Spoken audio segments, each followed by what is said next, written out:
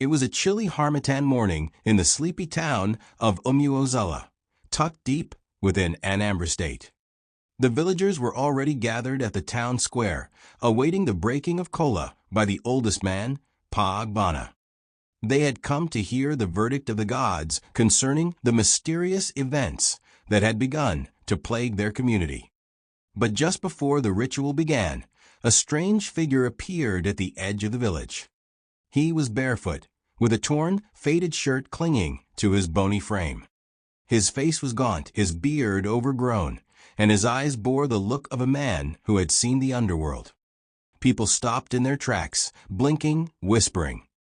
"Chukwuemeka," someone gasped. A woman screamed and fainted. Others turned and fled. The figure took another step forward, his gaze sweeping over the crowd like a curse. He pointed to the family compound of the late Chief Arinze Ike, whose first son, Chukwuemeka, had reportedly died and been buried 14 years ago. And yet, here he was, standing at the entrance of the town, as if he had simply gone to fetch firewood. Is that not Emeka?" murmured Adora, who had once been betrothed to him before his sudden disappearance. A stunned silence fell over the gathering. Then Mama Ike, now gray-haired and frail, pushed through the crowd. Her eyes were wide, her hands trembling. "My son, is it you?" The man nodded slowly. "I am Chukwuemeka. I have come home." People began to weep. Others ran. Some crossed themselves and muttered prayers. Because Chukwuemeka was not only presumed dead, he had been buried. In 2011, after he had gone missing during a journey to Enugu, his mutilated body was discovered near a forest. The corpse had been identified by his blood-stained clothes, his wristwatch, and his ID card. His body had been interred in the family vault with great mourning and traditional rites. Yet the man who now stood before them looked just like him. Same birthmark above his left eye, same crooked tooth, same voice. But his skin was pale, almost ashen, and his eyes held a darkness no one could explain. "Where have you been?" Mama Ike whispered. Chukwuemeka looked around, as though searching for a memory long buried. "I was beneath, and now I've returned." That night, the town couldn't sleep. The elders held an emergency meeting at Obinzuko. "This is an abomination," declared Elder Naji. "No one returns from the dead after 14 years. But he knows things, personal things. He remembers his friends, his childhood, the sacred names we use in rituals. He even knew where he was buried." "How do we explain that?" asked Elder Obis. Some suggested calling the Dibia. Others wanted to inform the police. The town was divided. Meanwhile, Emeka, if that was really him, sat in his old room, staring blankly at the wall. He hadn't eaten, hadn't asked for water, and hadn't spoken more than a few sentences since his return. That night, Adora couldn't sleep. She lit a candle and stared at the old photograph of them in her drawer. He had vanished a month before their wedding. She had mourned him for years, married someone else, and now he was back? Was this some cruel trick? But deep inside her, a fear began to grow. Because the man who returned looked like Emeka, but he wasn't acting like him. His voice was slower, his memory sharp but unnatural, and his presence brought with it a bone-chilling cold. The next morning, the priest arrived. Dressed in white, with red beads dangling from his neck, Dibian Wokiti entered the Ike compound and demanded to see the returned man. "Where did you go, spirit?" he asked, holding a pot of ashes and chanting. Chukwuemeka looked up with a faint smile. "You wouldn't believe me if I told you. Try me." The man's eyes glowed for a second, just a flicker, but enough for the Dibia to take a step back. "I was buried, and then called back. But I did not come alone." A heavy silence fell over the room. "Then who, or what, came with you?" the Dibia asked, his voice now barely a whisper. Chukwuemeka stood slowly and walked to the window. Outside, a gust of wind blew through the trees, shaking the branches violently even though the air was still. "You'll find out soon enough." And with that, he turned and left the room. By morning, Umuozala was no longer at peace. Birds no longer chirped at dawn. Goats refused to leave their pens. Even the town crier, who had never missed a morning, stayed in his hut, refusing to beat his gong. Fear had taken over the village. Inside the Eek compound, Chukwuemeka sat in silence. He hadn't spoken a word since the night before. His younger brother, Tchukwu, tried to talk to him, but Emeka just stared ahead, as if watching something only he could see. Then, without warning, he said, "Where's my grave?" Tchukwu hesitated. "Why do you want to see it?" Chukwuemeka turned to him slowly. "Because I was buried there. But I wasn't meant to come back." Later that day, the family led him to the village cemetery. His grave was still there, marked by a simple cement headstone with his name, Chukwuemeka Arins Eek, and the year, 1985-2011. He knelt beside it and ran his fingers over the stone. "I remember the darkness," he whispered. "I remember hands pulling me, and a voice telling me it wasn't over." Suddenly, he looked behind him. "Did you hear that?" "Hear what?" Tchukwu asked, confused. Emeka stood up. "Someone just said my name. From under the ground." Tchukwu slowly stepped back. "Brother, maybe you need rest." But Emeka didn't respond. He kept staring at the grave, eyes wide, like something inside was calling to him. That night, the first strange death occurred. Elder Naji, who had loudly declared Chukwuemeka a demon, was found dead in his compound, his eyes wide open, mouth twisted in terror. No wounds, no sign of struggle, just fear frozen on his face. The village was thrown into panic. Is it a coincidence? Did Chukwuemeka have anything to do with it? Or has he brought a curse with him? Even the chief priest, Dibia Nwokedi, came to investigate. He sprinkled white chalk in front of the Eek compound and left a black cock tied to a tree. "If the bird dies before morning," he said, "we are no longer dealing with a man, but with a spirit that has crossed the boundaries of life." That night, nobody slept. By dawn, the cock was dead, its neck broken. After the mysterious death of Elder Naji and the death of the black cock, panic swept through Umuozala like wildfire. Some villagers fled to neighboring towns. Others locked themselves indoors, refusing to even speak Chukwuemeka's name. The church bells rang day and night. Prayer warriors fasted and prayed. But the unease only grew stronger. Meanwhile, Dibia Nwokedi returned to the Eek compound, demanding to see Chukwuemeka alone. "You are not a spirit," the Dibia said. "But you're not fully human either." Chukwuemeka sat still. "I didn't ask to return." "Then who brought you back?" There was silence. Chukwuemeka slowly looked up, his eyes darker than before. "They did." "Who?"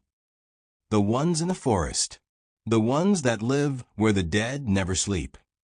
Years ago, when Chukwuemeka disappeared, his body was found near the edge of the Ijala forest, a place forbidden by the elders for generations. Many said it was cursed. Hunters avoided it. Drummers never played near it during festivals. Nobody dared to go inside. But now Emeka claimed he had not died. Not fully. He told the Dibia that when he was attacked on the road in 2011, he was taken into the forest by shadowy figures. There a ritual was performed. He died.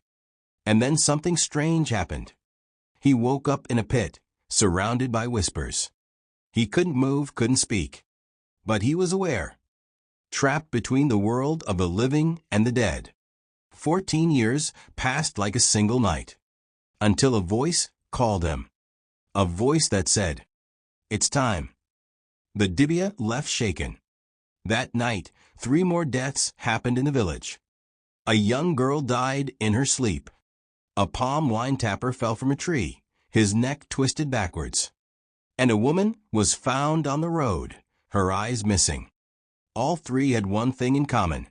They were part of the crowd that had first shouted abomination when Chukwuemeka returned. The village was now convinced Chukwuemeka had brought something evil back with him. But when the chief priest returned to confront him, Chukwuemeka was gone. Vanished. His mother said she saw him walk out of the compound at midnight, barefoot, into the darkness. Where did he go? The answer came the next morning. His footprints led to a Jala forest. He had returned to where it all began. At the break of dawn, a group of brave villagers, led by Dibian Wokidi and Emeka's brother Tichukwu, stood at the edge of a Jala forest. The air was unusually cold. Birds didn't sing. The wind refused to blow. "We will enter together," the Dibia said, holding a charm wrapped in red cloth. "But no one must speak once we cross the threshold." They walked in silently, their hearts pounding. The forest was dark, darker than it should have been, even at that hour. The trees towered over them like ancient watchers. Every footstep echoed unnaturally, like the forest itself was listening. Then they found something. A shallow pit filled with bones. Human bones. And above it, drawn on a rock in charcoal, was a symbol no one recognized. It looked like a man with 3 heads. Tichukwu bent down. "This was where they found his body years ago," he whispered. Suddenly, they heard it. A voice. Faint, broken, but unmistakable. "Why did you follow me?" They turned. Chukwuemeka stood behind them, bare-chested, his skin almost gray, his eyes hollow. But this time, his voice was not his own. It was deeper, slower, like something was speaking through him. "You were not meant to see this place," he said, slowly walking forward. "You have crossed a line." The Dibia raised his charm. "We only seek the truth." Chukwuemeka stopped. Then his voice changed again. It sounded more like his old self. "They made a deal with me," he said quietly. "They offered me life, if I returned with souls." Tichukwu stepped back, horrified. "You mean the deaths?" Chukwuemeka nodded slowly, tears welling up in his strange eyes. "I didn't want this, but when they let me go, they followed. And they are hungry." Back in the village, people began to see shadows, tall, twisted figures that disappeared when you turned your head. Children cried in their sleep. Water turned dark. Pregnant women fell ill. The elders now believed the truth. Emeka had not returned alone. Something followed him. Something ancient. Something that fed on fear and death. The Dibia knew there was only one way to stop it. Emeka must be sent back. His body is alive, but his spirit belongs to the forest, the Dibia warned. If he remains here, our village will die. But how do you send someone back to the realm of the dead without causing more blood to spill? That night, Chukwuemeka stood alone in the forest again, speaking to the air. "I kept my promise," he whispered. "Now let me go." But there was no answer. Only laughter. Soft, cruel laughter that echoed through the trees like a curse. The entire village of Umuozala gathered at the square by candlelight. Fear gripped their hearts. No one felt safe. Shadows moved on their own. The church bell rang at midnight, though no one touched it. It was clear. Time was running out. Dibian Wokidi stood before the elders. Chukwuemeka must return to the place he came from. But this time it must be through a sacred rite, one that seals the door between worlds forever. The ritual required 2 things: the blood of someone tied to the dead, and the original body of the resurrected. "But we buried him," one elder said. "That grave was full." The Dibia shook his head. "You buried something, but it was not truly him. His soul never rested. That's why the door stayed open." They had to act fast. Meanwhile, Chukwuemeka wandered through the village in a trance. He no longer looked human. His skin had darkened to a lifeless tone, and his breath came in short, cold bursts. Wherever he walked, dogs howled. Babies cried. The plants wilted. He wasn't just carrying a curse anymore. He had become the curse. But deep inside, the real Emeka was still fighting. At midnight, the ritual began at the edge of a Jala forest. A fire burned in a circle of chalk. The dibia held a knife carved from bone. Tchukwu, trembling, stood nearby, willing to offer his blood, as the closest living relative. Then the forest fell silent. Chukwuemeka appeared. He stepped into the circle without being called. His eyes glistened with tears. "I'm tired," he said softly. "I want to rest." The dibia began chanting. As the ritual intensified, the air grew heavy. The ground trembled. Shadows emerged from the trees, twisted, faceless beings. They screeched as they tried to cross the fire, but the circle held them back. Suddenly, Chukwuemeka cried out and collapsed to his knees. "The others. They're trying to pull me back. They don't want me to go alone." The dibia yelled, "Resist them. You must go back on your own terms." Then came the final sacrifice. Chukwuemeka raised the bone knife and looked at his brother. "Tell Mama I'm sorry." And before anyone could stop him, he plunged the knife into his own heart, inside the sacred fire. A scream echoed through the forest, not from Chukwuemeka, but from the creatures. They began to burn, one by one, turning to ash as they shrieked. The ground cracked. The trees groaned. And then silence. When the fire faded, Chukwuemeka's body was gone. Only the bone knife remained. Weeks passed. The forest grew calm. The strange death stopped. Birds returned, and life slowly resumed in Umuozola. But the villagers never forgot what they had seen. Some said Chukwuemeka had saved the village by choosing death a second time. Others believed the forest had taken him back, finally satisfied. Mama Eek planted a tree in his memory, and every year she sat beneath it and sang his favorite song. Tchukwu left the village not long after. But sometimes, at night, people say they see a figure near the forest, watching quietly, peacefully. Not as a curse, not as a ghost, but as a guardian. The man who returned from the dead and chose to stay gone.